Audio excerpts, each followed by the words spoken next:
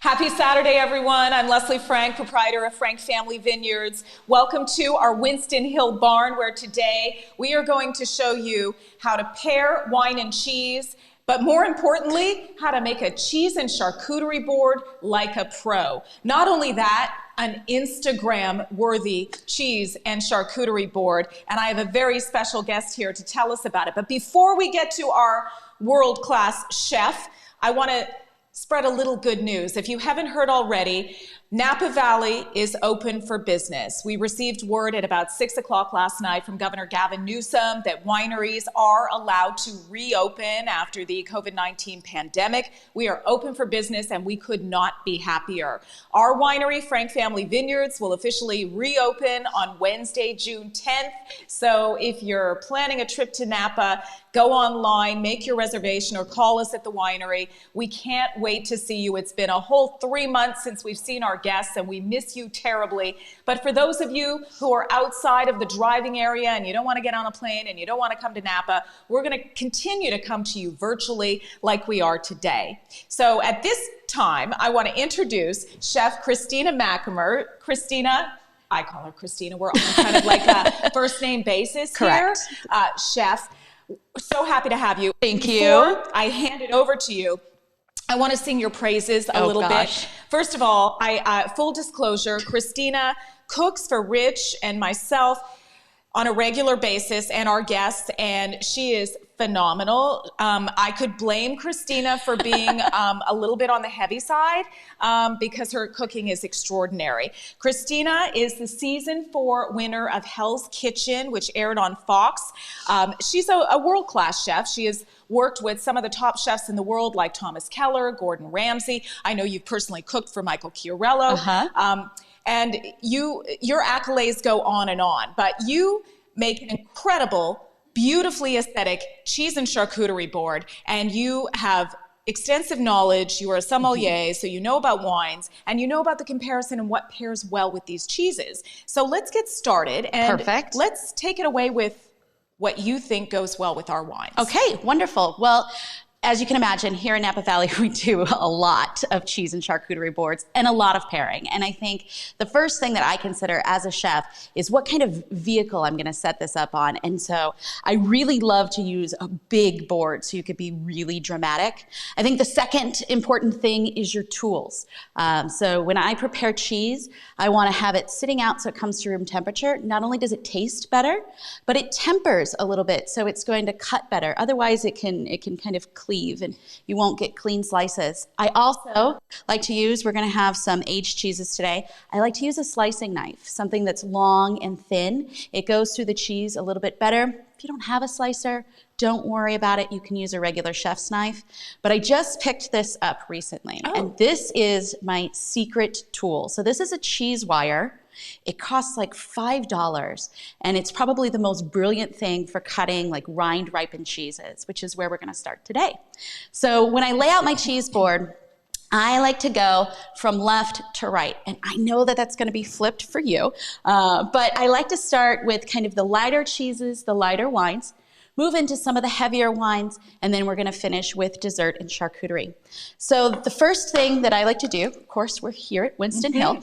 So I went outside and got some Cabernet grape leaves. I know you don't have a Cabernet vineyard, or most likely don't, in your backyard. Anything works. So heartier greens like a Swiss chard or a kale, they just kind of offset the color, and it really makes your board pop. You can use romaine leaves, mixed greens, if you have any herbs laying around, anything just to kind of add some contrasting color. So I'm just going to set these up by laying them on the board randomly. We may move them around as we go forward.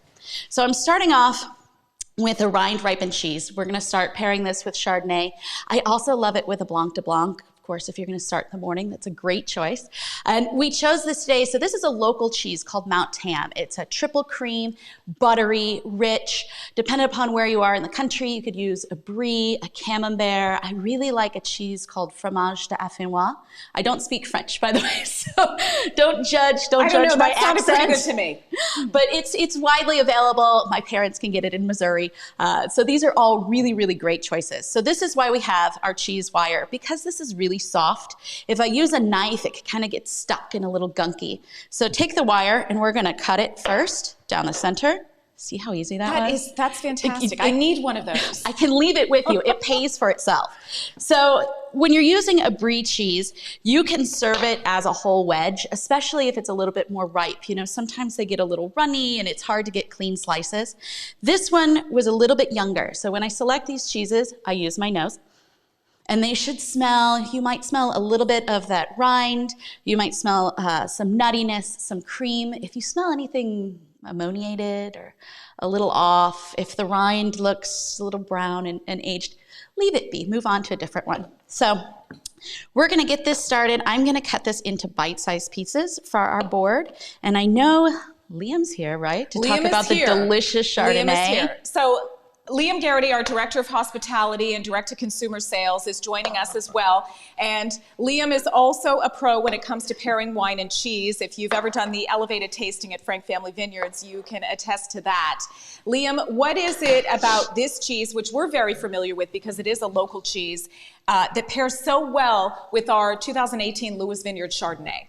I love this type of pairing. Something soft, something creamy, something rich and round. And a Chardonnay like the Frank Family Vineyards, Lewis Chardonnay. Good pairings are about complement and contrast, running together and then running perpendicular. The creaminess, the butteriness that Chef Kristina mentioned in the cheese is reflected in the flavors of the wine, that rounder, oaked, buttery Chardonnay. But at the same time, our Chardonnays are present with a vibrant acidity. And that fabulous natural Chardonnay acidity lifts and brightens on the palate and creates a nice contrast to the richness of the cheese. One thing I want to mention, which I didn't mention off the top because I was so excited about letting all of our viewers know today that Napa is open for business. But what we're doing for the next hour here, we hope it's interactive. So for those of you at home who are watching and participating along, we want to hear from you. Send us your comments in the chat section. Ask questions in the Q&A, and we will get to those because we know you may have them, and we want to hear from you. And if you have just a simple shout out, we want to hear from you as well.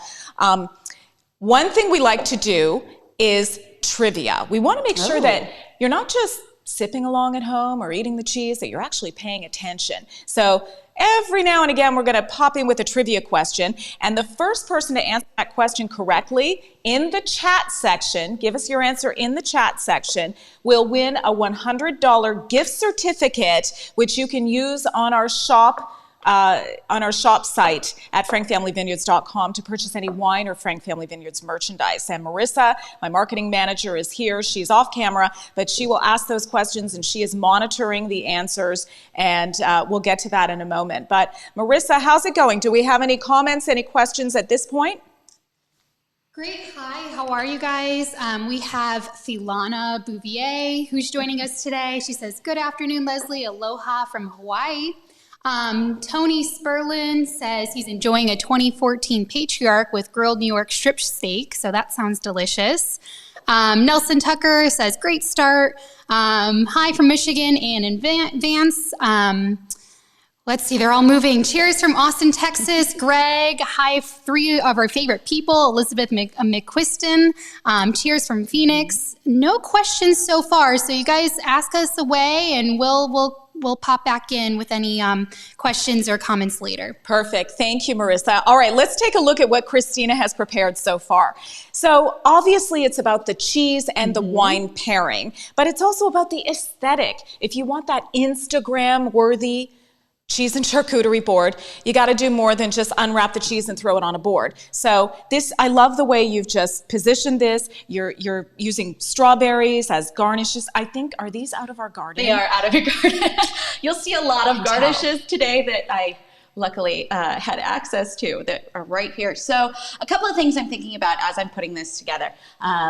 Don't just think about laying your cheeses out flat. I'm thinking about getting some height out of the cheese board. That's what really makes it kind of pop. So we've got some of the cheeses here that we've shingled. Moving into the next pairing, I did a little Spanish Manchego, and it's something that I like to think of as a crossover cheese. So Manchego, if you've got an aged cheddar, goat Gouda, these are all cheeses that pair really well with white wines and red wines, especially wines that don't have a big tannic structure like a Cabernet. So I like this with the Pinot Noir and the Zinfandel, and it's one of my favorite cheeses to use while entertaining because it tends to be just a little bit milder and kind of a crowd pleaser. So the outside of the Manchego has this kind of inedible wax on it. So I had to cut that off, but I want to leave a larger chunk just to kind of add some kind of depth and interest. Then from there, I wanted to slice the cheese and just kind of shingle it out and go in a different direction. Instead of everything going kind of straight, we're going to kind of tie everything in just to give it a little bit more interest. Okay. So let's talk about these two wines, Liam, that Chef Christina Machamer has paired with the Manchego. The 2017 Lewis Vineyard Pinot Noir and the 2017 Charles Valley Zinfandel. Great. Chardonnay, Pinot Noir, both coming from Frank Family's Lewis Vineyard. The Pinot Noir from the 2017. Like Chef Kristina said, softer tannins. The grape itself is a little larger than Cabernet. The skin is a little thinner. So some of that firm, dry backbone that we find in big, robust reds like Cab, not going to be as present in the Pinot Noir. There's a bit more suppleness. There's a bit more elegance, a bit more softness in a wine like this. The Zinfandel, on the other hand, bright, vibrant, robust, driven by ripe fruit, and secondary or tertiary notes, second and third layers. You're going to catch oak spice, you're going to catch white pepper, you're going to catch a hint of minerality from the soil of the Charles Valley growing region. So these are great wines to taste against each other. One, a red wine that really emphasizes elegance and sophistication, the other one a bit more boisterous and flamboyant. But again, neither of those wines, Liam, is so overly tannic that it's going to overpower the cheese that it's paired with. In this pairing, absolutely. As we progress, we might find aged cheeses, something crunchier or nuttier that would complement some of those tannic notes in a Cab. But in this pairing with the Manchego, absolutely right. Okay. All right, Chef, we've moved on to the Gouda. Is it one of Cabernet my time? husband's favorites. He loves a Gouda, particularly an aged Gouda. And I know that you say 3-year-old Gouda or older, the older the better. The older the better. So we're moving into the serious wines, Cabernets, and I selected some wines from Rutherford because it's one of my favorite growing regions. And Rutherford in particular, the Cabs have this complex tannin structure, and you get this kind of earthy characteristic that people call Rutherford dust a lot. And so I like to pair those kind of earthy notes with this Gouda. It's a 3-year Gouda. The older the better, as you said. They can be kind of tricky to work with. So if you don't have it out and you don't temper it, it's going to kind of cleave and break apart into these sort of not symmetrical pieces. What makes this cheese such a great pairing is that as the cheese ages, you're going to get concentrated salinity, and salt loves tannin. It kind of helps it to soften just a little bit, especially if you've got a wine that's got some age to it. It's really going to bring out a lot of those tertiary notes, as Liam had just mentioned. You're also going to get, in this cheese in particular, some calcium crystals. Got a little crunch, and I think that texture is really, really fun. So look for any, there's, 1, 2, 3 year. We were lucky to have this cheese. It actually doesn't even need to be refrigerated, which is kind of handy. So I'm doing this similar to how we did the Manchego. So I broke down our wedge. I cut some triangles. I'm going to move them around in a shape that's just going to kind of couple this Manchego. And then I'm going to work in some garnishes. So because we're pairing with some serious red wines, I want to stay away from anything that has a lot of sugar. So classic with brie would be some apple wedges. You may think of doing dried fruits and things on your cheese plate, but those things are terrible with red wine. They're going to take those tannins, ramp them up, strip all the fruit away, and you aren't going to get the nuances that you really want. So in thinking, I mean, strawberries are beautiful. However, in thinking about this, I'm looking at things that have kind of acid or salt that are really going to pair nicely with your wine. So I've got 2 different garnishes that I'm going to add to this. I've got some salted Marcona almonds, and then I picked up some beautiful olives. I know you're partial to black olives. I love the small black olives. I love them. I went with a green olive called Castel Vetrano. It's named after Castle Vetrano. Beautiful bright green color, and I'm going to tell you I went with that olive because it looks pretty. Because of the color, right? The aesthetic, that's okay. So, I love all olives, and it's that salt. It's so delicious. Good. I'm a salt freak. These I love because they're not brined as long as your typical olive, and so they don't compete as much with the wine. I find that they're just a little bit softer. So starting with the almonds, you can sprinkle them on the board throughout artistically if you want, but I really like to find random things in my kitchen. Like this is a measuring cup, and it's sadly the only one I have. It used to be in a set, but now it's just kind of a nice vessel to keep these sort of contained in one area and add some interest. And then I'm going to layer these olives in as well. So this is going to go, I think, did we choose 2 Cabernets? I think, yes, we have several Cabernets in our portfolio at Frank Family Vineyards, but we talked about the 2017 RHF, which is the second vintage of this amazing wine, which is 100% Rutherford, and RHF being named after my husband, Richard Harvey Frank, but also stands for Rutherford Hillside and Floor. The 2 vineyards are Winston Hill Vineyard and the Benjamin Vineyard, where this fruit comes from. And our 2016 Patriarch, which is 100% Cabernet from Block 5 of Winston Hill. Small production wine. We make about 500 cases of that It's Saturday, wine. so it's a good day for that wine. But I eat cheese and drink wine every day. so I like to have Tuesday wines and Saturday wines. Right. And sometimes they look very different. Yeah. And sometimes they look the same lately because a Tuesday feels like a Saturday. That is true. But now that things are starting to open up and we're getting back to normal, maybe we'll start to remember what day of the week it is. And today is Saturday. So yes, it's a good day to drink the delicious RHF wine, or the Patriarch, or any other wine in the Frank family portfolio. I have a question about the Gouda. Now, sometimes I find that if it's a particularly aged Gouda, that it doesn't cut as well as it crumbles. So what is the key to doing this? So that's a really good point, and something that you'll see a lot with these aged cheeses. So the key to getting beautiful slices is to temper it. You want it to be at room temperature. And I pulled this out about 3 hours before our tasting so that it could be a consistent temperature throughout. But don't worry if you don't do it ahead of time. With the other half of our cheese, I'm just sort of cleaving some kind of interesting pieces out of it. And that's really just to add more kind of depth and interest to our cheese board. Okay, so before you even get started with cheese and charcuterie board, there are a few things that you must have. Probably a good decorative board is very helpful. It's but helpful. you can repurpose things. So let's say you have a cutting board. I like to use the tops of wine boxes. Yes. It doesn't have to be particularly a cheese board. You know, look around and so many things can be used. Right. Okay. What about even a giant platter, something that's decorative? Doesn't necessarily have to be a board. Okay, but that's a start. You need a good sharp knife. It's very helpful. Yes.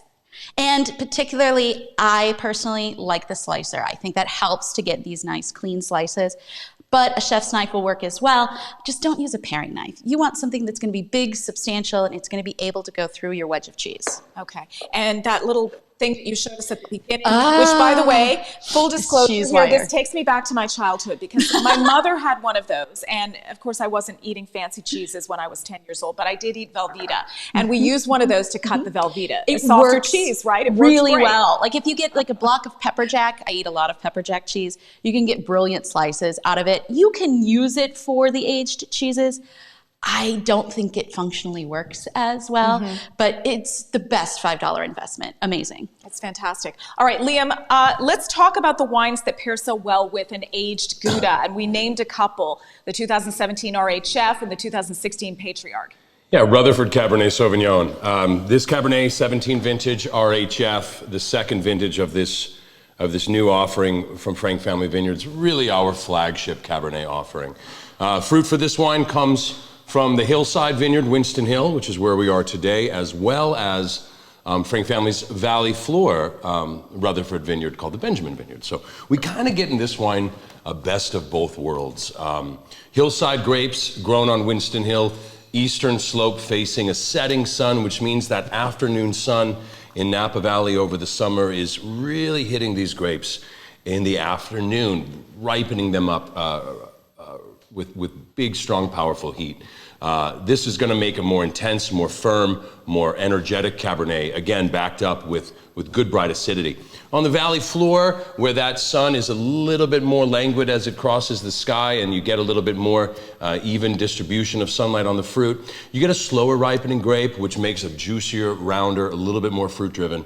And then, as Kristina mentioned, the Rutherford appellation of Napa Valley, distinct in its terroir and its soil, giving an added layer of aroma and flavor in this Cabernet that comes across to me as a little bit of espresso, a little bit of bitter cocoa, and a little bit of fresh tobacco leaf. And those are those notes that you're going to want to look for in the wine after you've recognized that primary note of fruit. The fruit's going to be the upfront note in a young Cabernet, but delving beyond that, looking past the fruit, you really start to find the complexity. And this wine is, in its youthful form, already just bursting with layers and complexity that I'm really excited about, and excited to see where those notes go as this wine continues to evolve. So both of these wines are from the Winston Hill Vineyard. We are at our Winston Hill barn, broadcasting inside. It's a beautiful day, but it's a little warm out there, and since we have these gorgeous cheeses, some of them softer cheeses, we want it to be inside where it's air conditioned and we don't have to worry about the cheese getting too warm from being outdoors. Behind us is a map. It's a picture of Winston Hill Vineyard, a drone shot that we created for the back wall here, and I just want to have my little teacher moment and point to you where the grapes are in these two amazing wines that Liam just explained. So this is Winston Hill. For those of you who are familiar with Napa, Silverado Trail is here, and we have a white picket fence, and you'll see the signs that say Winston Hill. And this is all predominantly Cabernet. Then you go up the Hillside Vineyard, which is southwest facing, and we have more Cabernet. Where we are now is in our barn space here. Our driveway comes up here, and then you get into the area back here. I'm not that tall, so back here, which is actually block 5, where the patriarch comes from. And then as you go up to the top, we have a little more Cabernet, and at the very top, we grow some Sangiovese, an Italian grape, which are, if you're in our wine club, you're probably familiar with the Sangiovese. We grow a little bit of Petit Verdot and some Cab Franc and some Merlot at the bottom of Winston Hill, sort of off to the other side, which you can't see on this map. So that just gives you kind of the idea of the vineyard that we're currently on right now. All right, let's take a look at what Chef is doing here. And let's talk about this pop of color on this beautiful board. Garnish is everything. And so I've been layering in more garnishes, more substantial things like the almonds and the olives. And whenever you're garnishing, you want to make it edible. I know when I was first learning to cook, you would get your steak with like that giant rosemary flag sticking out of it. And the first thing you had to do was pull the rosemary sprig out, which makes no sense. So what I used here are some edible violet flowers. And I think that that purple color really makes it pop. So we want to have all of these contrasting flowers. Now, not everybody grows violets in their garden. I get it. I don't have violets in my garden, let's be honest. We have them in ours. You do. And it's very, very convenient for me. So at your grocery store in the herb section, they're going to have a selection of either microgreens, edible flowers, and things you might have in your fridge already, cilantro leaves, parsley leaves, even the bigger sprigs, like that rosemary flag, you can use maybe just off to the side. And that's what's really going to set this apart. So moving forward, we're getting now from lightest to heaviest. And I selected a local blue cheese from Point Reyes, and I like it because it is a blue cheese, so it is going to be pretty feral, but not as much as you would get from something like Roaring 40s blue comes to mind, where it's just over the top. So I really like this one to pair with because, again, you've got that concentrated salinity, and the blue, the mold marbling, it really adds this kind of complex, sweet note. I like to think of this as like Beauty and the Beast. So the blue cheese is the beast, right? And we have to tame it with something. And so a classic pairing is port and Stilton. So if you're out, you can use a Stilton because that's super classic, but you get this kind of salty, sweet note, and they play off of each other so well. So we're really lucky to have some port with us. Another way that you could explore this pairing, if you don't happen to have port at home, when I was growing up, I was curious, because I was a chef, and we went to France, and I don't like blue cheeses at this time, but we went to this wonderful restaurant, and they had the cheese guerdon that they wheel out. There's 30 different kinds of cheese, and I'm going to try everything because I have to. And they paired their blue cheese with a little bit of jam, and it was a whole new world. So same idea as port and blue cheese, that sweet and that salty. So I selected for you a dark fruit jam. I like to do it with the same kind of notes that we're going to find. So bramble fruits, blueberries, blackberries, something kind of darker, and it really plays well with this cheese. I left this whole because I think that it works a little bit better with this pairing, and so I'm just going to top it with a little bit of this jam here. That's beautiful. Thank you. By the way, these are the flavor notes that you're getting in the port, right? Yes, exactly. You get kind of that, it's got like a aged fruit, dried fruit, sweeter notes. But then, of course, it's fortified. Right, so exactly. It finishes with a little bit of that heat that's just kind of like a hug. It reminds me of like a campfire and colder notes. And so, 2 o'clock in the afternoon, perfect time for port. All right, so it's past 2 o'clock in the afternoon, so it's okay. So we're there. Let's check in with Marissa McCann, our marketing director, and see if we have any questions. But Marissa, I know that you have a trivia question for the viewers out there. I do. I have a couple trivia questions. So let's start with the first one. See if you guys were paying attention. We want to know what wine from today's tasting pairs best with an aged cheese. So the first person in our chat section. Okay, it looks like Jamie Erickson. That is correct. Cabernet Sauvignon. That is the right answer. Congratulations, Jamie Erickson. I will personally send you an email next week with your $100 gift certificate that can be used for Frank Family Wine. And we also have a couple questions that came in. So, Chef Kristina, we have a lot of questions about the rind on the cheese. People are asking if it's edible. Should you include it in the slices and when you plate your board? So can you answer that? I love that. I think that is actually a really great question. And the answer is yes and no. So different cheeses are going to have different rinds that they acquire throughout the aging process. So when we're talking about a rind ripened cheese, Brie, Camembert, this Mount Tam, the rind is edible. I include it, especially this cheese. It tends to be really, really mild. If you're using a cheese that's a little bit, let's say, stinkier, you may choose to cut it off. It's personal preference. When we're moving into these aged cheeses, they're going to have non-edible rinds. So both the Manchego and this aged Gouda have wax on the outside, and that's because they're going to age a lot longer than this first cheese, some of them up to even 5 years. So because it's not edible, I make the personal choice to cut it off. That way your guests, if they're eating it, they then have the rind, they have to put it somewhere. Same thing with olives. Do you want pitted olives or do you want the pit included? I go with pitted olives just because, again, you don't have that kind of detritus. You don't have to put bowls out for people to put their pits and their rinds and things in. I do save some of the cheese.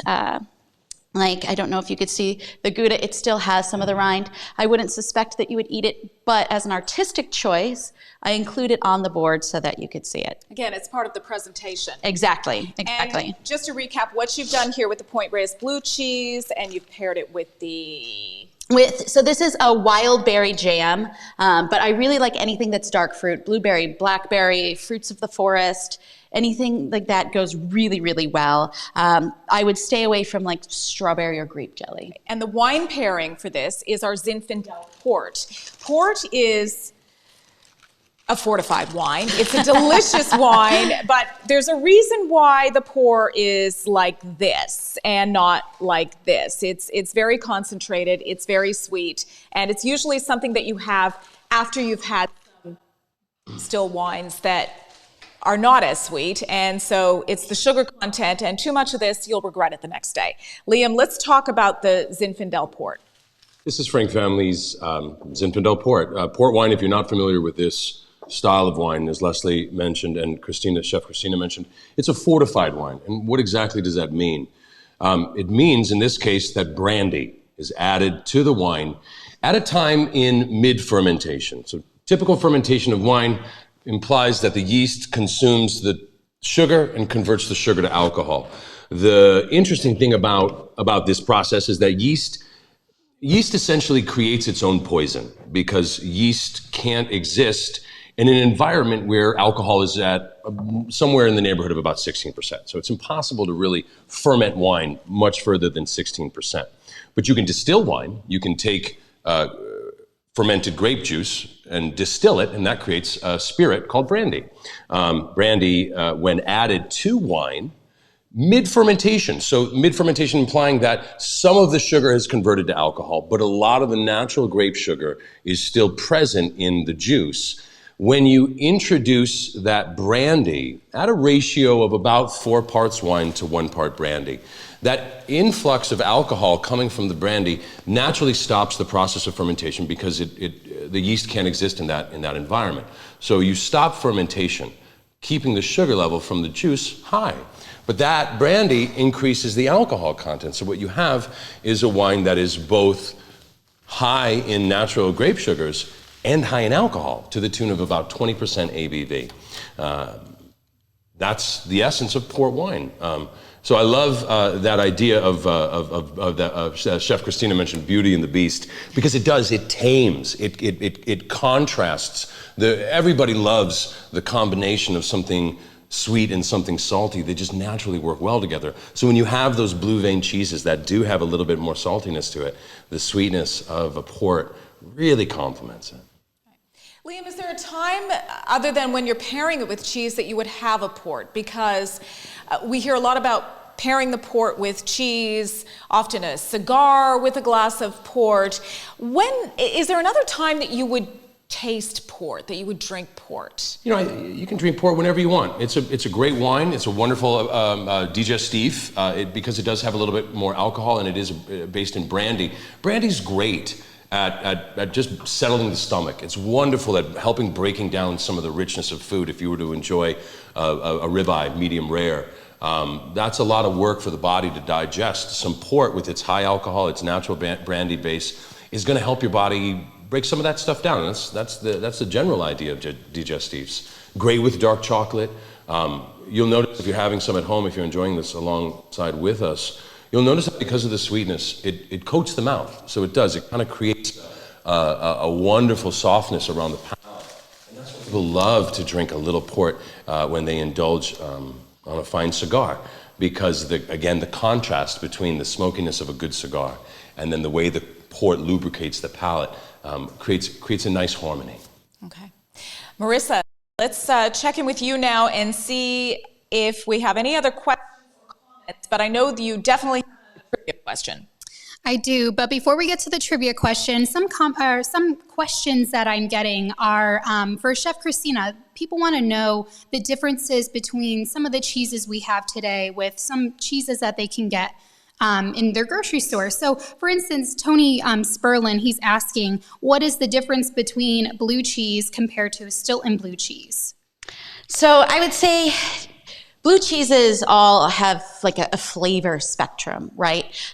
You're going to start, with a certain level of salinity and complexity, and then it can go way overboard. So similar to Stilton is this cheese where it tends to be a little bit milder. Some other blues that you might see out there, Maytag blue cheese is really, really common.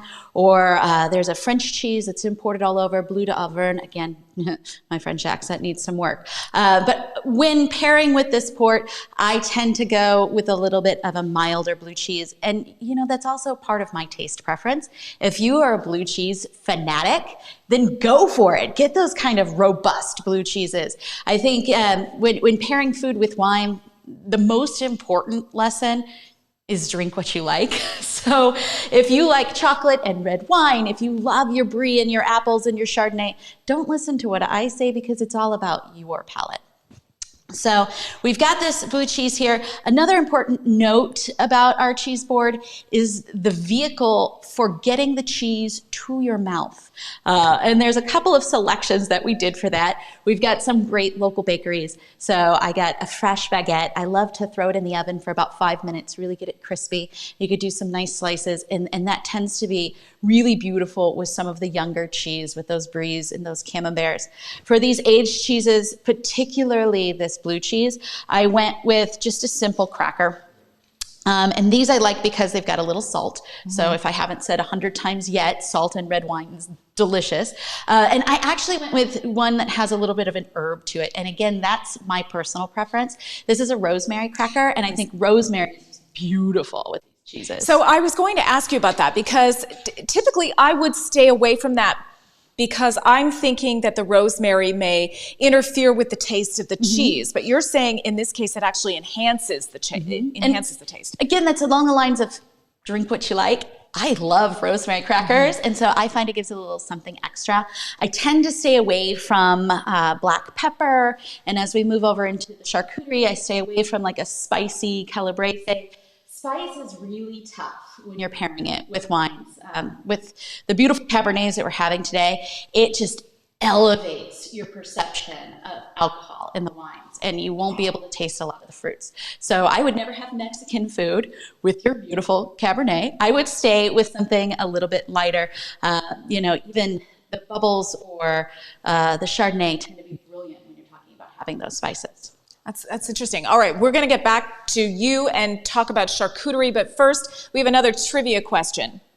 Marissa. Okay, so the second trivia question is, what is the name of the earthy component classically found in Rutherford wines? It's a phrase that we're looking for. First person to answer it. Okay, let's see. We have a very smart audience. They respond very quickly.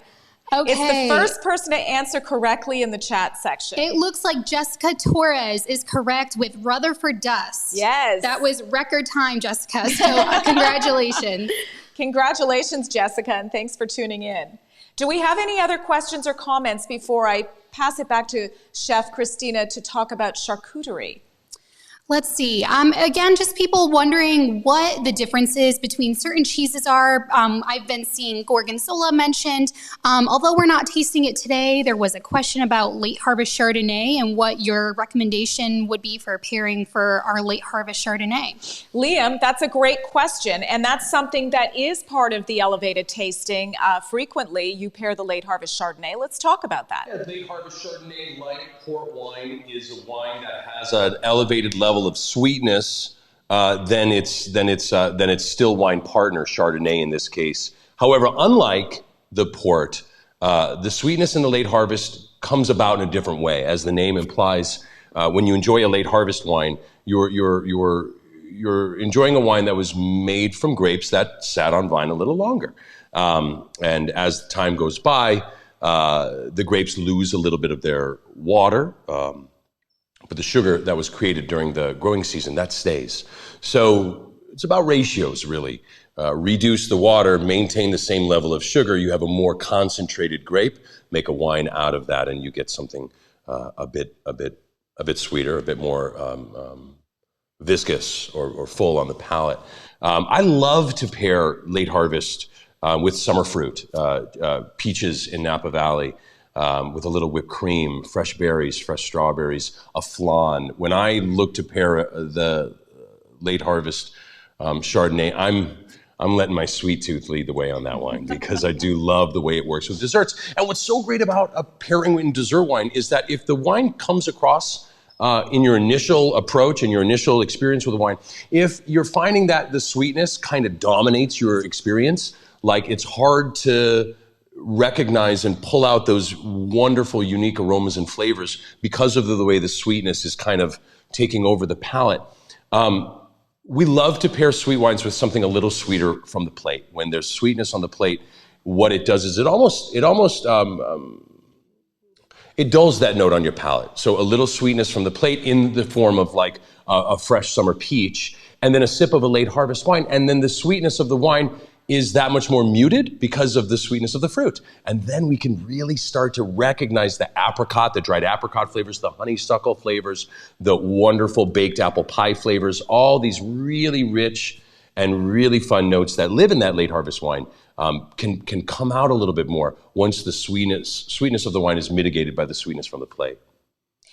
And this is a perfect example of why Frank Family has so many wines in its portfolio, because every wine has its place. Every wine pairs beautifully with certain cheeses, charcuteries, meals, whatever your palate may be, there is a wine for you.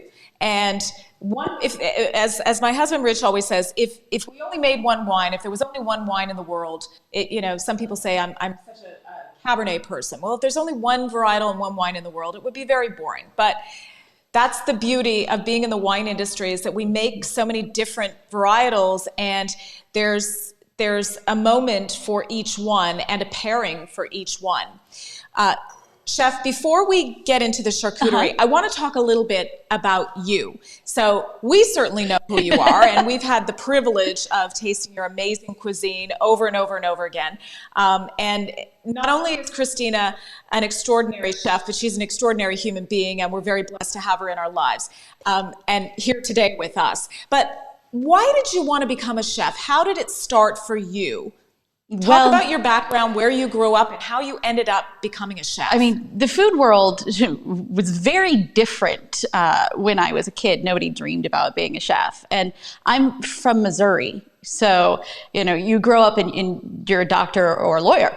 That's your choice. And I knew I didn't want to be a doctor. So I originally double majored in criminology and political science, both of which work really well in the hospitality industry. I use them both. It really, I worked in restaurants the entire time to pay my way through college, and I loved it. I loved working in a restaurant. I was disenchanted with the legal system. This is right after 9/11. And I said, how can I work in a restaurant for the rest of my life but not, be a 40-year-old server? I want to do more things. And so I had a great mentor at the time, which I think is where all of this starts.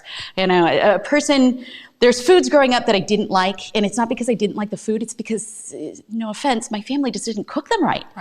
So I had asparagus, and I learned that asparagus is green, not brown, and asparagus is good. It's got a little crunch to it. Right. Or mushrooms were something, you have those raw sliced mushrooms on a salad, and then I had one that was perfectly cooked in brown butter and thyme, and I was like, mushrooms are good. So my mentor at the time had gone to the Culinary Institute in Hyde Park, New York. It's the #1 school in the country, and so if he's a great chef and he went there, I said, well, I'm going to go there. So I packed everything I owned into a Ford Focus with only 3 hubcaps, and I drove it across from Missouri to New York. And it was an incredible experience. Smaller school, and everybody there is like-minded. We love food. We've all got this kind of lunatic bent that we want to be in the restaurant industry. And so about a semester before I was supposed to graduate, there was an open casting call in Manhattan for Hell's Kitchen. This, keep in mind, was 2008. So the #1 show was American Idol. Reality television was just starting. And I think this kind of food media really changed my industry. People started really being interested in food, and you have these terms like foodie that come out. So open casting call is like 800 people, but it was free lunch. My expectation is I'm going to go to Manhattan, I'm going to have lunch, and then I'm going to hop on the train and come back And so I got down there, and the application is like, 100 pages long, and you only have 30 seconds. And the casting director sits me down, and they flip to this one question. It's, what do people that hate you think about you? My answer is like this long. Wow. And it starts with self-centered, narcissistic, blah, blah, blah. And they're like, well, what do people that like you say about you? I said, hopefully the same thing. They laughed. By the way, it's completely not true. Those are terms that I would never describe you. So, no, not at all. You are absolutely not narcissistic and not self-centered. Absolutely not. Well, this was a long time ago, but they thought that was funny. Went through the process, got on Hell's Kitchen, scared to death. The moment I walked in the door, if they would have said, "Do you want to go home?" I would have said yes. But as time went on, it went really well for me. And it's not because I'm the best chef in the world. I'm not Thomas Keller. I'm a strategic planner. I am really good at looking for that challenge. I'm very competitive. So in that kind of environment, I really flourished. All right. Well, I will say you're also very humble, because I would put you right up there with any chef that I've ever had the privilege of having cooked for thank me. You. That's so nice of you. And my husband would say the same. And we've traveled a lot, and we've eaten at a lot of 3-star Michelin restaurants, and Kristina is up there. Don't let her fool you. But one thing I'm always fascinated with, and we do live in a world of celebrity chefs. We do. But this is hard work. You make it look so easy, and that's your training and your years of experience. But it's tough work. You're in a kitchen, you're on your feet all day, you're working long hours. It's not easy. You have to love it. I mean, you don't become a chef for the money or the benefits or the paid time off, because those don't exist. You have to love it. And, or the schedule. Yeah, or the schedule. But growing up, I always loved food. Food was always a part of our lives. I loved cooking and exploring things. And so I think that really leads into it. And especially being here in Napa Valley, after my experience on Hell's Kitchen, I was in your neighborhood in LA. And Los Angeles is tough. I mean, we were opening a restaurant in the middle of the recession, 2008. And LA, they're hard people to cook for because they eat out all the time as a lifestyle choice. So they don't always want foie gras and all of the things that I want to cook. So after moving up here, I love food and I love wine. So I became a certified sommelier in LA, but in order to advance in that program, I thought I needed to live in wine country. So I've been up here for almost a decade. I haven't advanced in my studies. I think I've forgotten more about wine since moving here. But the food scene is so different. Then you're clearly not drinking enough wine, if that's the case. I'm drinking plenty. I'm just not studying. But here in Napa Valley, it's really special. And I feel like when people visit Napa Valley, they're open-minded. Yes. They're going to try things that they wouldn't normally try. And there's a certain level of trust, and it really allows me to kind of hone my craft and do things that for a chef are really fun. And people want to learn when they come to Napa. They want to learn about wine, but they want to learn about food as well, and how they go together, how they complement each other. All right. I keep saying we're going to get to the charcuterie, and we are, I promise. But Marissa has another trivia question, another $100 gift certificate to use on the shop site at Frank Family Vineyards. Marissa? Okay. What is the liquor that is added to wine to make a port? It's one word, and the first person to answer correctly in the chat section. Have many correct answers. Okay, the first person was Mark Triplett, Brandy. Correct answer. Congratulations, Mark. You will get your gift certificate next week. Okay, let's talk about charcuterie. Okay, I'm very excited. One of the great things about living where we do is that we have access to awesome products. So the charcuterie that I selected all comes from a local store here, but you can get sliced salami and different charcuteries all over. And so when thinking about this, I want to kind of compare and contrast. So when I'm putting together a charcuterie board, I want to choose a whole mussel cut and also a traditional salumi. So whole mussels are things like Copa ham, which is what we're using today, prosciutto, speck, loma, and I'm doing that because it's stylistically different, so it creates a better kind of look and feel and more interest when you've got kind of a dynamic selection. So I went with a Copa ham because it's fairly mild. And when selecting my charcuteries, I don't want anything that's got like a lot of spice or an overpowering flavor because I want it to really complement the wine and not overpower it. So with this Copa ham, and what I love to do with these whole muscle cuts is just to sort of ribbon it and allow it to kind of lie as it does. There's really not a whole lot you have to do to make it look beautiful, and it's another way of adding some height to your charcuterie board. The salumi that I chose, this is called White Rock. You could also go with anything else that's pretty mild, Genoa, or even a summer sausage is delicious. This one has just a hint of garlic, a small amount of black pepper, but it's cured using red wine. And so I love to pair things that are cured with red wine with red wines. So with this, what I'm gonna do to kind of add, rather than laying it flat on my board, I want height. So I just fold it in half, and I just kind of feather it down throughout the board. So my garnish for this, I used a little bit of Dijon mustard. The mustard is great when you're putting together a charcuterie plate because it's got high acid, and that's gonna help to cleanse your palate in between bites. I love that combination. Yeah, I mean, as you can see, the charcuterie does have some rich fattiness, and so that's really gonna cut through it.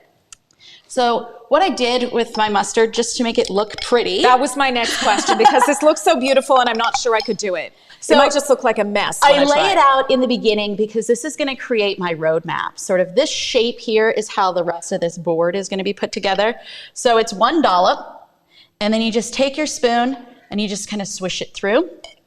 She makes it look so easy. I've done this once Are you before. taking notes, Rich? Rich is here, he's off camera. Are you taking notes? Okay, good. Okay, good.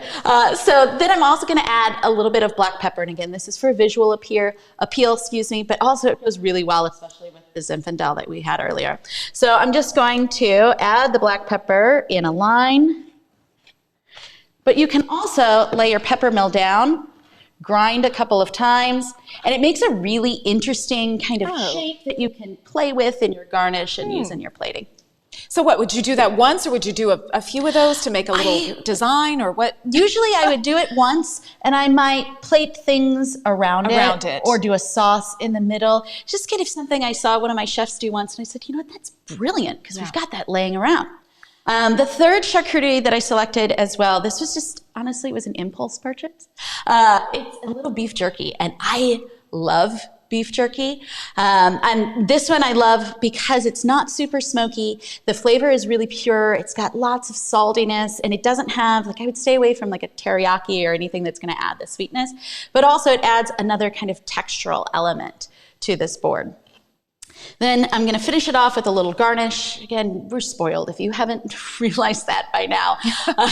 We're spoiled in what we have laying around. And I was in the garden, and onions grow, and they get to this point where they have this beautiful onion flower. And even if you have herbs in your herb garden, I'm sure it's really frustrating because they go to bolt, they go to flower really easy. Well, those flowers are full of flavor. They're edible. So this has just a little note of onion to it. Parsley flowers taste like parsley, and they're just kind of a fun secondary garnish that you can add. So as you see, I like forage for things all over to add. So I add just the individual flowers, and then you can also use the whole bulb if you want for a garnish. Again, completely edible. This is the onion flower, completely edible. It is.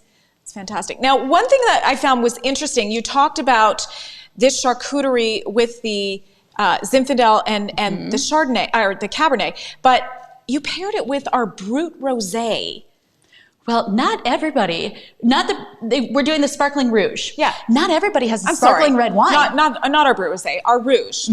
Our 2015 sparkling rouge. Yes. Which is a beautiful, I mean, aesthetically, it's just a beautiful wine. It is. A little bit of sweetness to it. Yeah, so I think that charcuterie is kind of fun to use on your cheese board because it is so versatile. So for the sake of our tasting, we did cheese on one side and charcuterie on the other. If I were going to put this together to enjoy later on this evening, I might switch it up and put some of the charcuterie over in the section with the cheeses that go with red wine.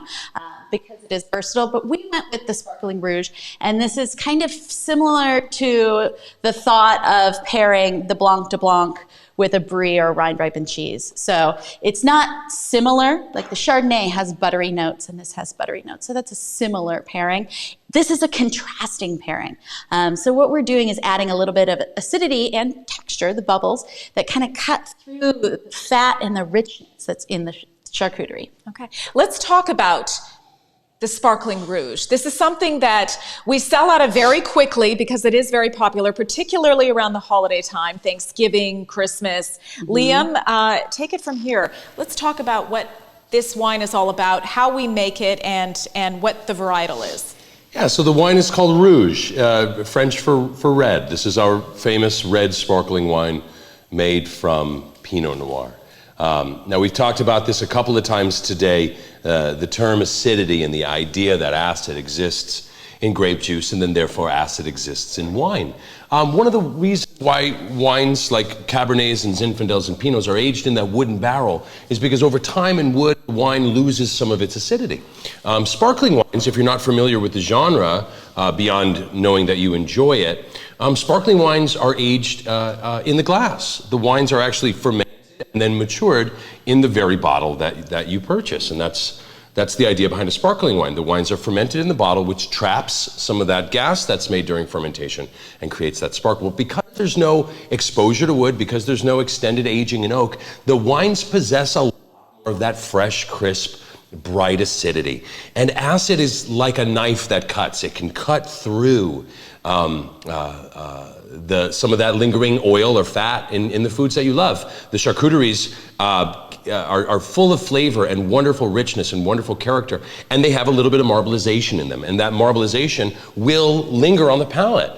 And just like a knife that cuts through, the acidity in a sparkling wine will help cleanse that lingering component of oil off our palate to make room for new flavors and new experiences to come in and have the type of impact that they want them to have. So this is made from Pinot Noir. The skins of the grape are left in contact with the juice for a longer period of time. That would be the difference between the red champagne and then something that you're probably more familiar with, one of those pink champagnes, or what's traditionally called a rosé. So the grape itself is red, but the juice inside is clear.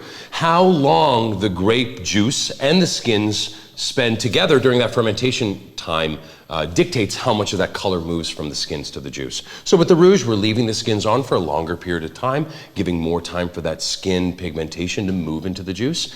And then when we finish the wine itself, when we finish the sparkling wine, we do add a little bit of red wine to it just to increase that color. Thank you, Liam. We have just a few minutes left. Marissa, I want to check in with you to see if we have any other questions that we need to answer or any comments before we wrap it up for the day. So, Chef Kristina, if you can just go over some of the ingredients that you have again, just for people who came in a little later. Some people are wondering what the schmear is that you have on the board, some of the nuts. If you can just give a little overview of the wonderful ingredients that you have laid for us today. Perfect, happy to do so. So starting with the first cheese that we went to. So we laid this out going from lightest to heaviest, or in order of the wines that are gonna pair. So even you could start with a fresh goat cheese if you're gonna do a Sauvignon Blanc or something with a little higher acidity. We're starting with a Chardonnay. So we started with a local cheese called Mount Tam. That's going to be similar to a brie or a camembert. It's a triple cream. It's really fresh. It's got a little bit of nuttiness, buttery, creamy. Perfect pairing with the Chardonnay because it has some similar notes to it. I also love it with the Blanc de Blanc because it's going to contrast. Those bubbles are just going to cut right through that cheese, cleanse your palate, and leave you ready for more. We're doing this just as a cheese board, but if you want to think about fun other things you could do, this makes an amazing grilled cheese sandwich. Next, we went with a little Manchego cheese. So this is that kind of crossover cheese that helps us to transition. It goes great with white. It goes great with red. It's a little bit milder. So we paired it with either the Pinot Noir or the Zinfandel. And we did that based on tannins. Both of those wines are going to have beautiful fruits coming forward, but they're not the same kind of heavy structure as a Cabernet. So if you don't want to go with a Manchego, I think that an aged cheddar, like a 2-year-old cheddar, is delicious. Goat Gouda, any of these kind of cheeses are going to be great for even like pre-dinner or entertaining because they are so versatile. Moving into Rich's favorite, we went with an aged Gouda, and that was aged 3 years. I think the older, the better as the cheese ages. Concentrated salinity, calcium crystals. We paired this with Rutherford Cabernet because it's, well, my favorite. So either the RHF or the Patriarch and other aged cheeses that are beautiful. You can use Pecorino Romano a Parmesan Reggiano, Grano Padano, anything that's aged like that is going to have the same kind of taste characteristics to pair. It's perfect with all of the Cabernets. Next, we moved into our blue cheese, and this is a big cheese, total opposite spectrum from the Manchego, and we paired this with the port. It's classic. Stilton and port is classic. This is a local version that's very similar. So you've got saltiness, you've got this kind of robust feral quality, and that is really brought into check with the sweetness of the port, and they just keep playing off of each other. Salty, sweet, salty, sweet. Then we moved into our charcuterie. And when putting together a cheese and charcuterie board, I try to create some visual dynamics between the two. So we went with a whole muscle cut. So that's going to be, we went with Copa ham in this situation, but that's going to be anything like prosciutto or loma or speck, and so something that you can really find probably at your local butcher. And then when I went with a more traditional sliced salumi, in this case I was looking for something on the milder spectrum. So this is actually cured with a little red wine. You could do a Genoa salami, a summer sausage, things along that line. It's nothing too spicy. Nothing too spicy. But you know, with your sparkling rouge, because it does have a little bit of that bright fruit sweetness, I think it would actually be okay. Okay. And then one thing I wanted to go back to that Leslie mentioned earlier, it's a beautiful day in Napa Valley today. And we're doing this inside because sun and cheese are not the best combination. So we put this together, and let's say that you're going to be entertaining and you want to make your cheese board ahead of time. I like to take a paper towel, coat it with cold water, wring it out, and then lay it over the top. It's going to protect your board. So it's going to keep some of your garnishes from wilting. It's going to keep your cheese fresh. I don't know if you've seen cheese in the sun. It starts to lose its oils and moistures, and that'll keep it fresh. Usually you can do this a few hours ahead of time. If you want to, you can even do it overnight. Just wrap it with some cellophane. Really? You could make your cheese board the night before? You can make your cheese board the night before. I would not put I'm usually scrambling to make mine about 15 minutes before the guests arrive. You know, I wouldn't put the crackers on. I wouldn't, do some of the garnish. But you want to get the cheese and the charcuterie on there, A-okay. Cover it with a paper towel. Wrap it loosely with plastic wrap. And then the next day you can get it out and you can garnish it. I know we never have time. So I think that's always a great tip. That's a great tip. That's a great tip. Chef Kristina, thank you so much. Now, it would be a shame if you put together this beautiful cheese board and there was nobody here to enjoy it. So true. I know that Liam is a big fan of cheese and charcuterie. So Liam, please. And Rich has been standing there going, he's been signaling to me off camera, when do I get to come in and eat the cheese and charcuterie? And now's the time. This is it. This was my favorite Zoom Go ahead. meeting or Webinar that we've done. It's fantastic. I get to experience this often. Maybe not this elaborate because maybe we have less people, but this is fantastic. It's great. It is. Just the little tricks about the garnishes and the rind, which I thought was a brilliant question to the folks who asked that question, because I know that this softer rind, I'm always like, am I supposed to eat this? Because I do eat it. But this, the waxier, you're not going to. So that's always It's good also, to know. this gives you so much of a choice. I would eat at a restaurant. I could go for 3 or 4 appetizers and not a main course. I love to graze through foods and match them. One of the brilliant parts of what our winemaker Todd Graff is able to do is make all these different wines. There are phenomenal winemakers in this valley that make a fantastic Cabernet, a super Chardonnay, a great Zinfandel. Todd is able to make so many different varietals year after year that just stand out. And I think it's what makes him one of the great winemakers in Napa, that we have so many choices to match things with.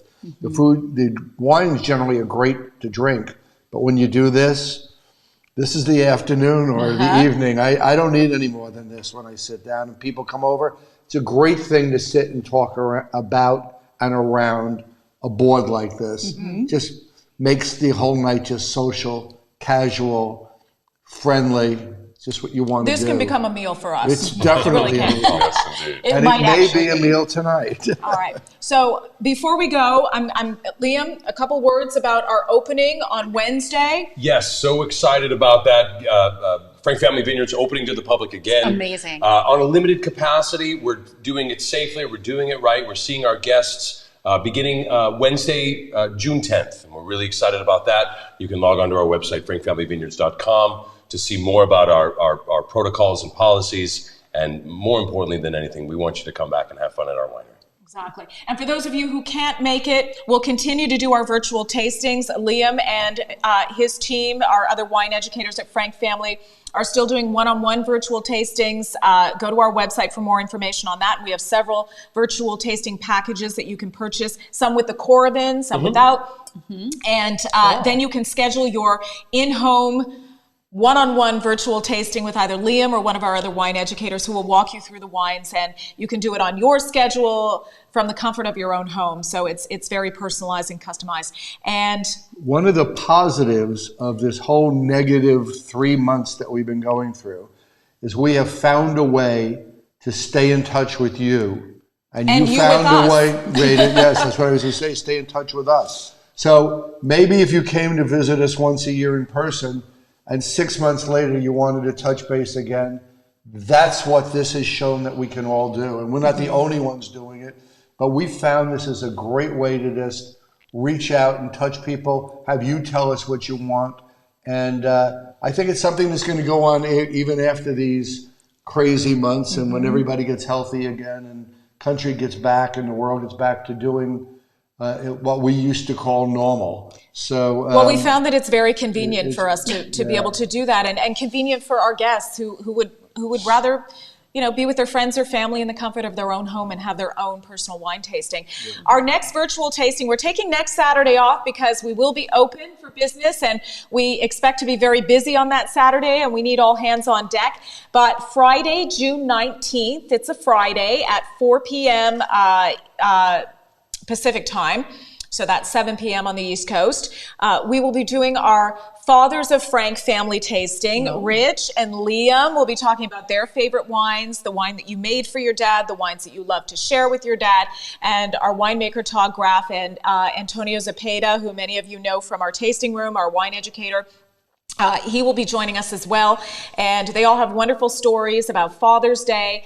They're all fathers, of course, and stories about your fathers, being a father, and your favorite wine. So we look forward to that, and it's a great kickoff to Father's Day weekend. That's going to be a lot of fun. Yeah. But Kristina, thank you so much for taking the time today. Thank you for preparing a cheese board and charcuterie board and showing us how to do it like a pro, Instagram worthy. So if you're looking for something to do, I was just going to do it. I want to do a shout out to my brother whose birthday is today. To Billy. Billy Happy Frank. birthday, Billy. It's great to... Your younger brother. My younger brother. It's hard to say, but yes, he is. Anyway. Your only brother. Yeah. We love being there. It's also, remember, everybody, it's D-Day. This is exactly. In way back when, which is the time that we made the world safe again. Right. So it's a great day to remember. Exactly. Yes. And thank you again, Kristina. Thank you. We look forward to you joining us again. And of course, Kristina is as part of our Frank family because she is there to cook for us at certain events. And we love our relationship with her. And cheers to you. Thank you. And cheers to everyone who tuned in today. Happy Saturday. Have a great weekend. And stay safe and stay healthy. Yeah. Cheers.